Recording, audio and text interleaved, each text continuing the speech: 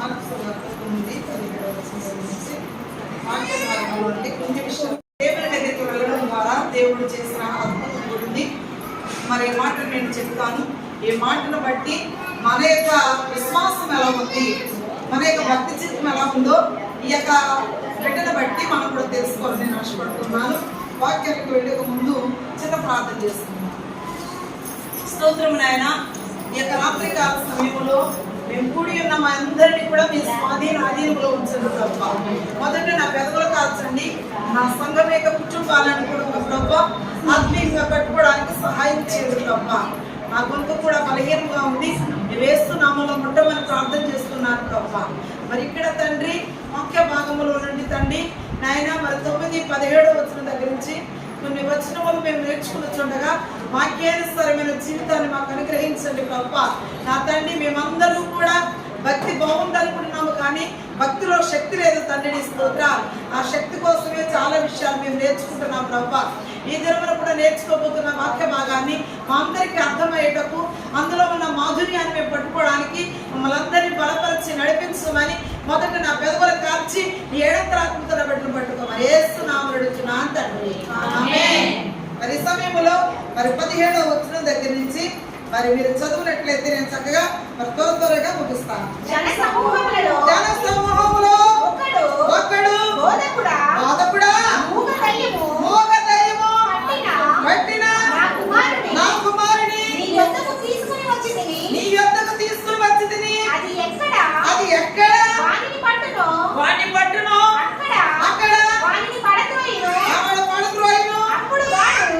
అప్పుడు వాడు నురుగు కార్చుకొని పండు కొరుకుకొని మూర్ఛిల్లును. దానిని వెళ్ళగొట్టుడని నీ శిష్యులను అడిగిన గాని అది వారి చేత కాలేదని ఆయనతో చెప్పాను. దేవుని స్తోత్రం, హల్లెలూయా. ఇక్కడ కుమారుడికి ఏం పట్టుకుందండి? దయ్యం పట్టుకుందంట. బాధకుడి దగ్గరికి వచ్చి లేకపోతే ఆ యొక్క మాటలు విన్నప్పుడు మోగ దయ్యము, ఏ దయ్యం అండి? మోగ దయ్యం. ఇంకా చక్కటి మాటలతో వర్ణించున్నాయి ఇక్కడ. ఆ దయ్యం ఏం చేస్తుందంటే తనను చాలా మరి ఇబ్బందులు పెడుతూ ఉంది, చాలా బాధ పెడుతూ ఉంది, పడద్రోస్తుంది, కక్కేలా చేస్తుంది, తనని మోచేలా చేస్తుంది. చాలా భయంకరముగా ఆ దయ్యము తనలో ఉండి ప్రయోగాలు చేస్తా ఉంది. దేవుని స్తోత్రం, హల్లెలూయా. దయ్యము పట్టిన వారిని ఎవరి దగ్గర తీసుకురావాలో తెలుసా? దేవుని దగ్గర తీసుకురావాలి.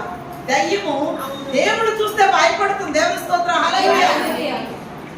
దేవుడు మరి ఆ వాళ్ళని సాతాను పట్టిన వారు చూసినప్పుడు ఇది దేవుని కుమారుడు అని చెప్తుంది. అది దేవుని బిడ్డలు నాకు చెయ్యి వేసి ప్రార్థన చేయొద్దు, ఆ యొక్క దేవుని సాకుల దగ్గర రానివ్వకండి అంటది. ఎందుకు? ఆమెలో దయ్యం ఉంది కాబట్టి.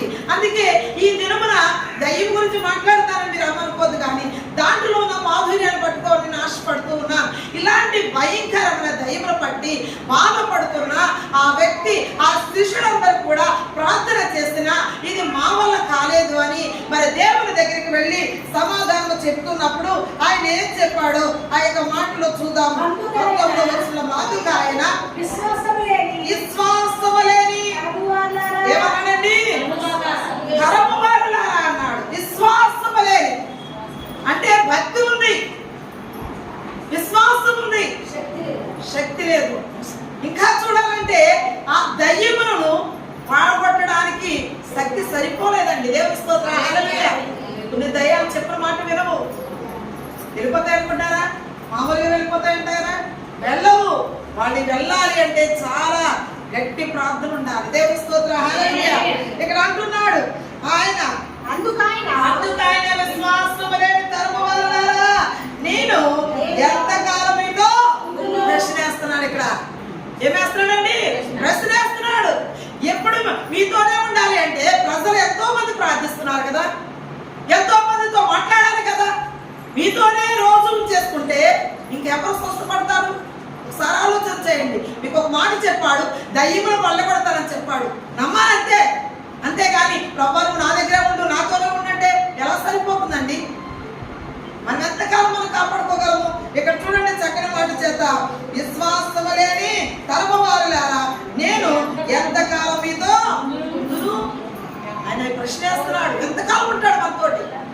ఇంకొక మాట చెప్పాడు, నీ విశ్వాసాలు కాపాడుకోమని చెప్పాడు, నీ భక్తి జీవితాలు కాపాడుకోమని చెప్పాడు. దైవం వచ్చిన భయపడకన్నాడు.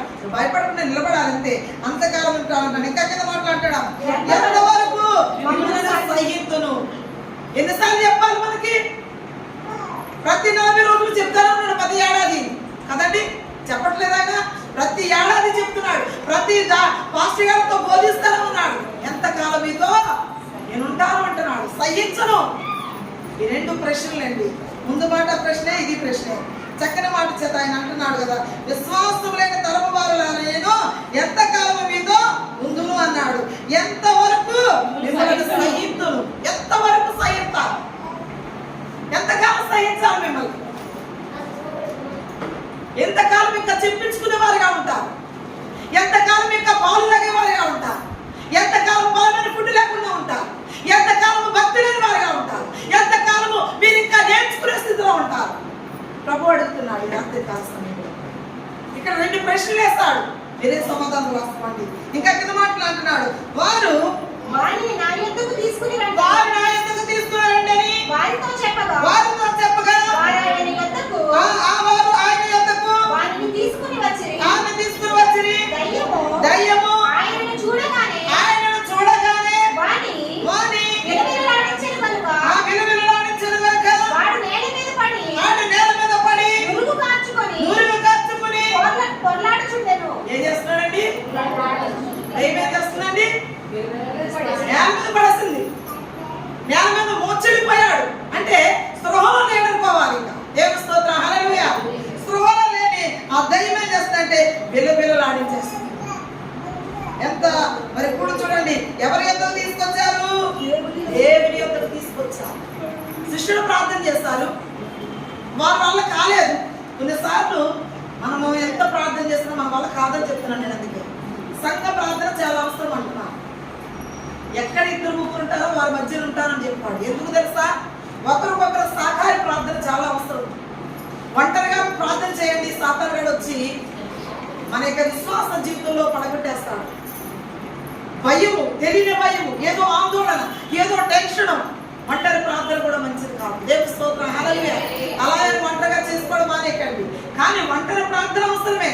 మన యొక్క ప్రత్యేకమైన విషయాల్లో ఒంటరిగా ప్రార్థన చేయాలి, నలుగురు కలిసి ప్రార్థన చేయాలి, ముగ్గురుగా ప్రార్థన చేయాలి, ఇద్దరుగా ప్రార్థన చేయాలి, సంఘం అందరితో కూడా ప్రార్థన చేయాలి. అప్పుడే కార్యాలు జరుగుతాయి. దేవుని స్తోత్రం.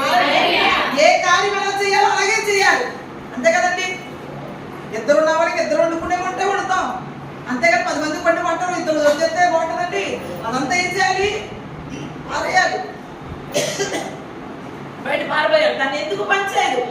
మనం ఎంతమంది అయితే ఉన్నామో అంతమందిగా వండుకోవాలి. అలాగే మనం ఎంత తినగలమో, మనం ఎంత ప్రార్థన చేయగలమో, ఎంత ప్రార్థన ఫలము మనకు కావాలో అంతమంది కలిసి ప్రార్థన చేయడం వల్ల దయ్యాన్ని మనము ఎలా కొట్టుకోగలుగుతాం. ఇక్కడ చెప్తున్నాడు కదా చక్కని మాట. ఆ దయ్యం ఏం చేస్తుందంటే కింద పడగొట్టి విలవిలలాడేలా చేస్తుంది. ఆ సాతాను మరి విలవిలలాడేలా చేస్తే 21వ వచనంలో చూసినట్లయితే అప్పుడు ఆయన ఇది వీనికి సంభవించి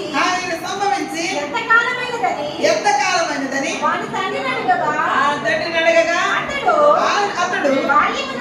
ఎప్పటి నుంచి అంటండి, ఎప్పటి నుంచి అంట చూడండి. ఇప్పుడు కదంటే ఇది అంటే కొన్ని దయ్యాలు బాల్యం నుంచే స్టార్ట్ అవుతూ ఉంటాయి.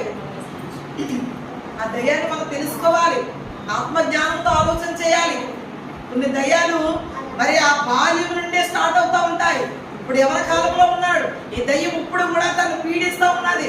ఇప్పుడు దేవుని దగ్గరికి తీసుకొచ్చారు కాబట్టి ఆ తండ్రిని అడుగుతున్నాడు యేసు ప్రభువారు, ఎంత కాలం నుండి బాధపడుతున్నాడు? బాల్యం నుండి అంటున్నాడు. దేవుని స్తోత్రం, హల్లెలూయా. బాల్యం నుండి అది వాని నాశనము చేయవలెనని తరచుగా అగ్నిలోను నీళ్లలోను ఎక్కడ చేస్తుందంటండి? చూడండి ఎంత భయంకరంగా ఉంది సాతాను. ఇలాంటి సాతాను ఉంటాయని నమ్మాలి మనం. దేవుని స్తోత్రం, హల్లెలూయా. మనం అనుకుంటాము వాడికి మైండ్ పనిచేయక, లేకపోతే తన ఆరోగ్య పరిస్థితి బాగోక, వాడు తిండి లేక, లేకపోతే సరైన ఫుడ్ వాళ్ళ తల్లిదండ్రులు పెట్టక అనుకుంటున్నాం. ఈ దైవం ఎలా ఉందో చూడండి. అగ్నిలో నీ పడిసేస్తుందంట, నీళ్ళలో పడిసేస్తుందంట, నీళ్ళలో పడిసేస్తుందంట, పళ్ళతోసేస్తుందంట. దేవుని స్తోత్రం, హల్లెలూయా. చూడండి ఎంత భయంకరమైన ఇలాంటి దయ్యాలు కూడా ఉన్నాయి. ఇలాంటి దయ్యాలు వెళ్ళకపోవాలంటే మనం దేవుని దగ్గర రావాలి. ఇంకా ఎక్కడ మాట చూడండి. ఏమైనాను నీ వలనైతే మా మీద కనికరపడి మాకు సహాయం చేయమని దేవుని స్తోత్రం. హల్లెలూయా అంటున్నాడు. నీ వలనైతే మాకు సహాయం చేసి మా మీద కనికరము చూపు. ఏంటంటండి కనికరము అంటే దేవుడు చేయగలడు అని తెలుసు. కొన్నిసార్లు నీకు ఇష్టమైతే ప్రభా ఆయన నీ చిత్తం అయితే చేయి తండ్రి అని అడుగుతాం కదా. ఇలాంటి మరి ప్రార్థన చేస్తున్నప్పుడు కొన్నిసార్లు ఏం చేస్తామంటే నాయన నాకు ఇష్టమే నీకు ఇష్టమైతే చెయ్యి, నాకు ఇష్టమే నీకు ఇష్టమైతే చెయ్యి. దేవునికి ఇష్టం లేదా? నీకు ఇష్టమైనప్పుడు దేవునికి ఇష్టం కదా? దేవునికి ఇష్టమే. కానీ ఇక్కడ ఇతను ఏమంటున్నాడు, నీ వలనైతే మా మీద మాకు సహాయము చేయమని కనికరపడి. ఇంకా కింద మాట్లాడుతున్నాడు. అందుకు యేసు ఏంటంటే ఎవరి వలన? యేసు ప్రభు వలన కదండి. అంతే కదా వాక్యం మనం. ఎవరికి ఉండాలి నమ్మకం? మనకు ఉండాలి. దేవుని స్తోత్రం. హల్లెలూయా. ఇక్కడ అంటున్నాడు అల్ప విశ్వాసముతో మాట్లాడుతున్న వ్యక్తితో అంటున్నాడు. నువ్వు కనికరపడాలని అడిగిన వ్యక్తితో మాట్లాడుతున్నాడు ఆయన. అందుకు యేసు నమ్ముట నీ వలనైతే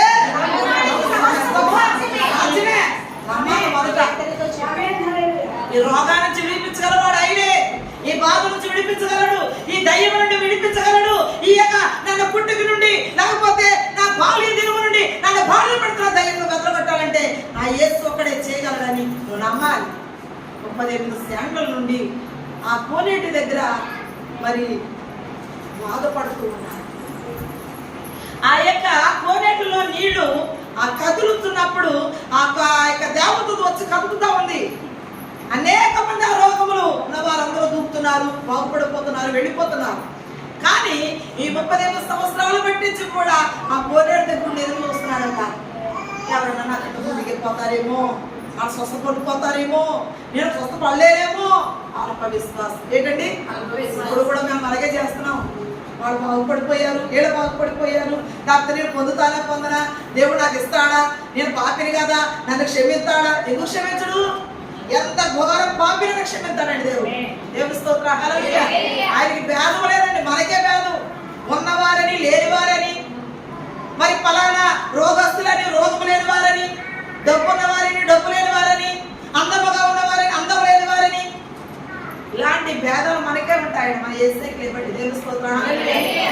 అందుకే పూర్వకాల పాటల్లో నువ్వెంత అందగాడివైనా, నువ్వెంత ఆటగాడివైనా, నువ్వు గొప్ప ఇంజనీర్వైనా, గొప్ప డాక్టర్ గారివైనా, యేసు లేకపోతే దేవుని స్తోత్రం. ఏం లేకపోతారండి? లేకపోతే సున్నా. నువ్వెంత అందగత్తివైనా దేవుడు లేకపోతే ఎందుకండి? మన బ్రతుకంతా సున్నా. కాబట్టి ఇక్కడ ఏమంటున్నాడు, మరి ఆయనకు సమస్తము చేయగల సమాజుడైన. మరి ఇంకా కింద మాటల్లో చూసినట్లయితే ఆయన మాట్లాడుతూ ఉన్నాడు. వెంటనే ఆ చిన్నవారి తండ్రి ఏం చేస్తున్నాడంటే ఇప్పుడు ఎప్పుడైతే ఈ మాట పలికాడో అప్పుడు వచ్చిందని నమ్మకం. అందుకే ఈ వాక్యాలు చాలా సార్లు చదువునా మనకు నమ్మకం కోల్పోయాం కాబట్టి మరొకసారి ముద్రలు ఎత్తున్నాడు. ఏం చేస్తున్నాడు ఆయన?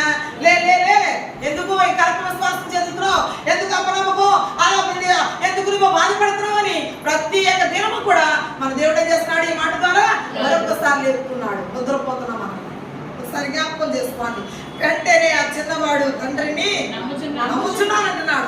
నాకు అపనమ్మకం ఉండకుండా ఏముండాలంటండి? ఉండకుండా ఎవరు చేయాలి? మళ్ళీ దేవుడు చేయాలంట. ఎవరు చేయాలి? దేవుడే చేయాలంట. అపనమ్మకం ఉండకుండా. ఎంత మంచి మాట చూడండి. తనలో మళ్ళీ ఇంకా అపనమ్మకం ఉందేమో అనుకోవాలి. ఇంకా దేవుడు చేస్తాడని నమ్మవచ్చు మనము. దేవుడు చేసేస్తాడని వెళ్ళిపోవాలంతే. దేవుడి స్తోత్రం. దారి మార్గంలో ఎంతో మంది స్వస్థపడిన వాళ్ళు ఉన్నారు. ఇప్పుడు ఇక్కడ ప్రార్థన చేసుకుంటామండి, మనం వెళ్ళిపోతాం. దారి మార్గంలో స్వస్థత ఎక్కడ? మరి ప్రార్థనకు వస్తాం, బాధతో వస్తాం, ఇక్కడే స్వస్థత, మాటలోనే స్వస్థత, బైబిల్ చదువుతుంటేనే స్వస్థత. ఎన్నో అద్భుతాలు మనం చూస్తూ ఉన్నాం కదా. ఇతను అంటున్నాడు నాకు అపనమ్మకం ఉండకుండా సహాయం చేయమని బిగ్గరగా చెప్పాడటండి. మళ్ళీ లేట్ స్లోగా చెప్పలేదు, చాలా గట్టిగా చెప్పాడట. అపనమ్మకం ఉండకుండా నాకు సహాయం చేయని వ్యక్తిగా చెప్పాను. జనులు గుంపు కూడి జనులందరూ గుంపు కూడి ఆయన యొద్దకు పరుగులెత్తుకుని వచ్చుట యేసు చూసి మోగమైన చెవిటి దయ్యమా. ఎలా చూస్తున్నారండి? ఇప్పుడు ఏం జరుగుతుందని చూస్తున్నారు. ఏం జరుగుతుందని చూస్తున్నారు. ఏం జరుగుతుంది? అపనమ్మకం ఉండకుండా మరి నాకు సహాయం చేయని అడిగాడు కదా తండ్రి. ఇక్కడ ఏం జరుగుతుందని ఇప్పుడు ఎలా చేస్తున్నారట? గుంపులు గుంపులుగా పరుగులెడుతున్నారట. యేసు ప్రభువారు ఏం చేస్తారని గుంపు గుంపులుగా వస్తున్నారట, పరుగులెత్తుకుంటూ వస్తున్నారటండి. వచ్చి యేసును చూసి అప్పుడేం జరుగుతుందో చూద్దాం. మోగమైన చెవిటి దయ్యమా, మోగటైన చెవిటి దయ్యమా, వానికి బదిలిపోము. ఏ దయ్యం అంటండి? మోగటైన చెవిటి దయ్యం అంటండి. మోగ చెవిటి కూడా ఏమన్నాయంటండి? మోగ ఉంది, చెవిటి ఉంది. అంటే మన మాటలో వాడికి అర్థం కాకుండా మోగదయ్యం అన్నమాట అది కదండి. చెవిటి దయ్యం మాట్లాడకుండా వాడికి ఏం జరుగుతుందో, లోపల ఏ విధమైన బాధ పడుతుందో చెప్పకుండా కదండి. వాడిని ఎలా చేసేస్తుంది అంటే చెప్పకుండా చేస్తుంది, వినకుండా చేసేస్తుంది ఈ దయ్యం. బాబోయ్ కానీ ఇలాంటి దయ్యాలు ఉంటాయని మీకు చెప్తున్నాను.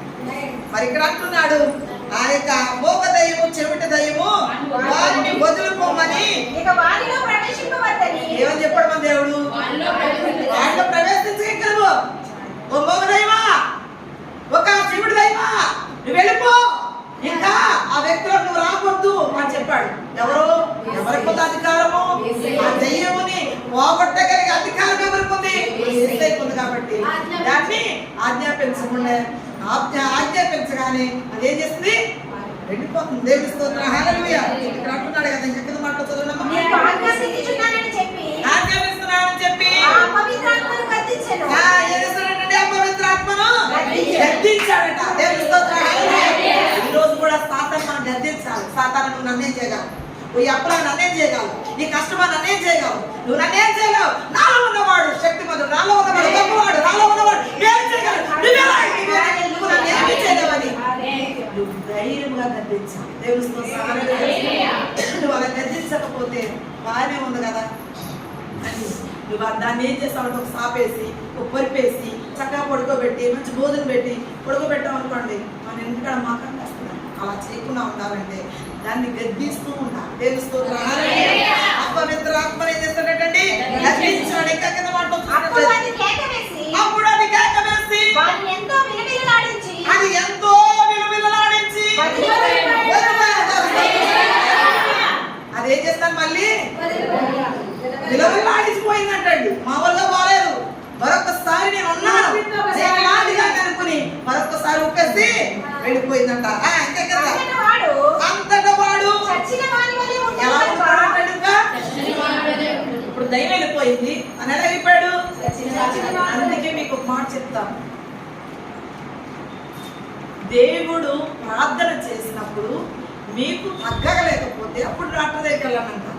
ఎందుకు ఈ మాట చెప్తాను? ఈ మాటను బట్టి మీరేం చేస్తారంటే ముందుగానే డాక్టర్ దగ్గరికి వెళ్తారు, ఒక పరీక్ష చేయించుకుంటారు. ఆ పరీక్షకు 2-3 యాడ్ అవుతూ ఉంటాయి. అందుకే నేను చెప్తాను, మొదట ప్రార్థన చేస్తాను. ఇక్కడ ప్రార్థన జరిగింది కాబట్టి ఆ దయ్యం ముట్టిన వెళ్ళిపోలేదు కదా, మళ్ళీ మోర్చకి పడిపోయేలా చేస్తుంది. చచ్చిన వాడి వల్లే ఉన్నాడు. ఇప్పుడు ఎలా ఉన్నాడు? చచ్చిన వాడి వల్లే ఉన్నాడు. దయ్యం వెళ్ళిపోయింది. 2 రోజులు బట్టి బాధపెట్టే దయ్యం అసలు చచ్చిన వాళ్ళ ఉండకపోతే ఇంకెలా ఉంటాడు? ఈ దయ్యము చచ్చిన వాడి వల్లే చేసేస్తుంది. అయినా దేవుడు ఏం చేస్తాడో చూద్దాము. కనుక అనేకులు వాడు చనిపోయినది ఏమన్నారు? అనే రాత్రి ఏమన్నాడండి? చనిపోయాడు. లేదు, సరిపోలేదు. దేవుని స్తోత్రం. హల్లెలూయా. కానీ దయ్యము తనలోంచి వెళ్ళిపోయింది. ఎప్పుడు చనిపోయిన వాడిగా ఉన్నాడు. కదా అయితే యేసు అతని చేయబట్టి వారిని లేవనెత్తగా చచ్చిపోయాడు అనుకున్న వ్యక్తి ఏం చేశాడు? యేసు ప్రభు చేయి పట్టుకోగానే నిలబడ్డాడంటాడు. మనం ఎప్పుడు బలహీనంగా ఉంటామో మన చేయి పట్టుకుంటాడు ఆయన యేసు ప్రభు. అదే నేను నమ్మాలి. మనం నా చేయి పట్టుకున్న వారు ఎవరు లేరండి, నేను పడిపోతే తీసేవారు లేరండి, నా కన్నీళ్ళు చూసేవాళ్ళు లేరండి అనుకుంటాం. ఈ కన్నీరు అంతా దేవుడికి వస్తున్నాడు. దేవుడి స్తోత్రం. హల్లెలూయా. పడిపోయిన వ్యక్తిని ఎవరు చూస్తారు? యేసుప్రభు చూస్తాడు. ఇతను చచ్చిన వాడి వల్లే ఉన్నాడు, తండ్రి కూడా చచ్చిపోయాడు. ఆయన దేవుడు ఏం చేస్తాడు? చేపట్టుకున్నాడు, లేవనెత్తాడు, నిలబడ్డాడు. దేవుని స్తోత్రం. హల్లెలూయా. ఇంకా ఆయన ఇంటిలోనికి వెళ్ళిన తర్వాత ఆయన శిష్యులు మేమెందుకు ఆ దయ్యమును వెళ్ళగొట్టలేకపోతేమని ఏకాంతమున ఎలా అడిగారండి? మీరు కూడా అడుగుతారు, అదేంటండి ఇంత ప్రార్థన చేస్తున్నాను ఏం జరగలేదేటండి అని మీరు కూడా మమ్మల్ని ప్రశ్న వేస్తారు. చాలా మంది వేస్తారు ఇప్పుడు ప్రశ్న. అలాగే ప్రభువులు కూడా శిష్యులు వెళ్ళి ఏమేమి ఇంత ప్రార్థన చేస్తామో దయ్యం పోవాలని, ఎందుకు అలా జరగలేదు, ఎందుకు జరగలేదని ఆయన ఒక్కడే ఉన్నప్పుడు వీళ్ళు అడగడం ప్రారంభించి దేవుని స్తోత్రం. హల్లెలూయా. నా సహోదరి, అది పుణ్యక మన వల్ల కాదు, అది దేవునికి ఒక్కడికే సాధ్యం. అంతా మన వల్ల అయిపోద్ది అనుకోవడం అనేది అసాధ్యం. అది దేవుడు చేయగలిగింది దేవుడే చేయాలి, మనుషుడు చేసేది మనుషుడు చేయాలి, సేవకుడు చేసేది సేవకుడే చేయాలి. సేవకుడు చేసేది దేవుడు చేయలేడు, దేవుడు చేసేది మనం చేయలేదు. ఎవరు చేసే పని వాళ్ళు చేయాలి. చూడండి, పొలంకి వెళ్తారు, కత్తి తీసుకుంటారు, కత్తి అండి పొడవు తీసుకుంటారు, మరి ఏం చేస్తారు? ఎందుకంటే కోత సమయం అంటే కోతకు వస్తారు. మనం పోయగలమా? పోయలేదు కదా, పోయిగా మనకు అలవాటు లేని పని మనం ఎలా చేయగలుగుతాం? ఒక ఇద్దరం వేయాలండి, మనం వేయలేం. ఒక పని ఏదో పని మనం చేయాలి, అది చేయలేం. మనం ఏది చేయగలమో, మన వృత్తి ఏటో, మన బ్రతికేటో అదే చేయగలం.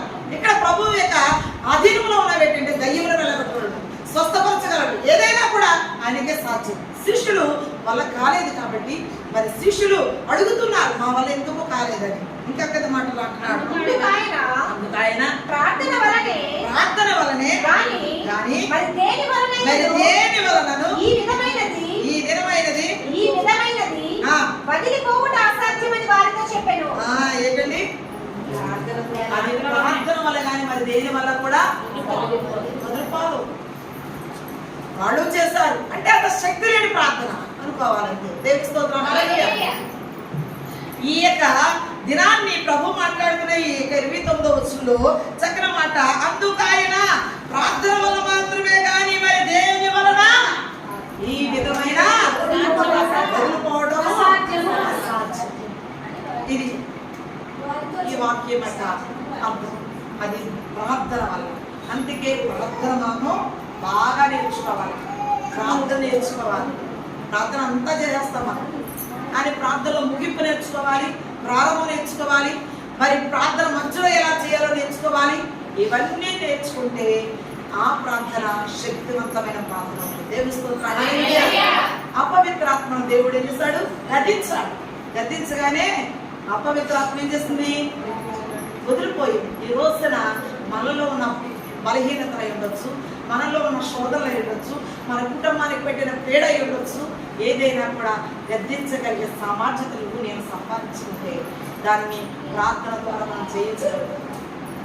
దేవుడు వేసిన ప్రశ్నలకు సమాధానము రాయగలిగే శక్తి నీలో ఉంటే అందరూ దీవించుకుంటాం. ఈరోజు చాలా టైం అయిపోయింది, అయినా కూడా మరి ఈ సమయంలో ఈ వాక్యము ద్వారా నువ్వు తెలుసుకున్న సత్యాన్ని నువ్వు నెవరవేసుకుని ప్రార్థన చేసుకుందాం. అందరూ కూడా చూసుకుందాం. దేవుడి పరిశుద్ధ వాక్యాన్ని దేవుడు దీవించి ఆశీర్వదించిన కనుక ప్రార్థన చేసుకుందామండి. అందరూ కూడా హల్లెలూయా, హల్లెలూయా, హల్లెలూయా. నాయనా, ఈ సమయంలో ఇప్పటి వరకు నాయన పాటల ద్వారా నిన్ను కనపరిచి ఉన్నారు ప్రభా. బిడ్డను బట్టి నీకు వందనాలు చెల్లిస్తున్నాను. అలాగే మరి ప్రేరేపించబడి ఇద్దరు బిడ్డలు ప్రార్థన చేస్తారు. బిడ్డను బట్టి అనేకమైన విషయాల కొరకు మార్మికులకు ప్రార్థన చేస్తారు. బిడ్డను దీవించు, ఆశీర్వదించండి. అలాగే ఈ రోజు సుజాత కూడా తన సాక్ష్యాన్ని పంచుకోవడానికి నీవు ఇచ్చిన కృపను బట్టి నీకు వందనాలు ప్రభా. మరి చాలా సాక్ష్యము చాలా సింపుల్ గా చెప్పింది ప్రభా. ఏదేమైనా మరి అవకాశం నా బిడ్డగా దయచేయండి తండ్రి. ఎన్నో కష్టాలు, బాధలు ప్రభా. ఎంతైతే మరి డబ్బులు చూసారో నాయన, ఎంతైతే సుఖాలను ఇచ్చారో అంత శ్రమలు కూడా ఆ బిడ్డలు చూస్తారు తండ్రి. ఆ శ్రమలన్నిటి నుంచి తప్పించి ఈ రోజున ప్రభా వారి చేతును దీవించినందుకు వందనాలు చెల్లిస్తున్నాను ప్రభా. నాయన వాళ్ళ తక్కువ వద్దులో ఉన్న వీరిని ప్రభా నాయన ఇలాగా అచ్చోచ్చులుగా హింసిస్తూ నడిపిస్తూ అవమానపడకుండా నడిపిస్తున్నామంటే నీ కృపే తండ్రి. ఇంకా నడిపించండి ప్రభా. నాయన ఆలస్యమైన వాక్యం కూడా బోధించుకోవడానికి ఇచ్చిన గొప్ప భాగ్యాన్ని బట్టి నీ వందనాలు చెల్లిస్తున్నా తండ్రి. నా సంఘ బిడ్డలందరూ కూడా పేరు పేరు చెప్పిన దీవించండి ప్రభా. అనేక మంది బిడ్డలుగా నాయన సాక్ష్యంలో తెచ్చుకొని తండ్రి జ్ఞాపకం చేసుకొని వచ్చుకోవడానికి అందరికీ కూడా అవకాశం దయచేయండి తండ్రి. రేపటి దినాన్ని కూడా ఎవరు సిద్ధపరుస్తున్నావో నువ్వు సహాయం చేయమని ప్రార్థన చేస్తున్నాను ప్రభా. నన్ను కూడా జ్ఞాపకం చేసుకోతండి. నా గొంతులు చాలా బలహీనంగా ఉంది ప్రభా. వేస్తున్నామని ముట్టమని ప్రార్థన చేస్తున్నాను ప్రభా. నిశ్చితమైతే తండ్రి రేపు కూడా నీ సన్నిధిలో నేను వాడబడాలంటే నా గొంతుని ఇప్పుడే మీరు ముట్టి సిద్ధపరచమని ప్రార్థన చేస్తున్నాను ప్రభా. నా సంఘాయిక ప్రార్థనలన్నీ కూడా మీరు ఆలకించి రేపటి దినాన్ని మేము కలిస్తే పర్యంతరం వరకు కూడా కాపుదల తెచ్చేయండి. మంచి దర్శనాలు మా సంఘం చూడడానికి ప్రభా, మంచి ప్రార్థన వరాలు, మంచి ఫలాలు పొందుకోవడానికి మమ్మల్ని అందరినీ కూడా దర్శించి నడిపించమని వచ్చిన ప్రతి బిడ్డని కూడా పేరు పేర్చుకుని దీవించాలి ప్రభా. వారికి ప్రతి అవసరాలు తీర్చి రేపు మళ్ళీ మంచి సాక్ష్యముతో మీ ముందుకు వచ్చిన సహాయం మీద ఇచ్చేవారు. మా చుట్టుపక్కల వారిని, మా వీధి వారిని, మా ప్రాంతాన్ని, మా దేశాన్ని, మా అందరినీ కూడా కాసి కాపాడతారని అది ప్రాణాన్ని దీవురాలని ప్రాంతాన్ని వారసులను చేస్తున్నారని యేసు పరిశుద్ధ నామమున అడుగుతున్నాను తండ్రి.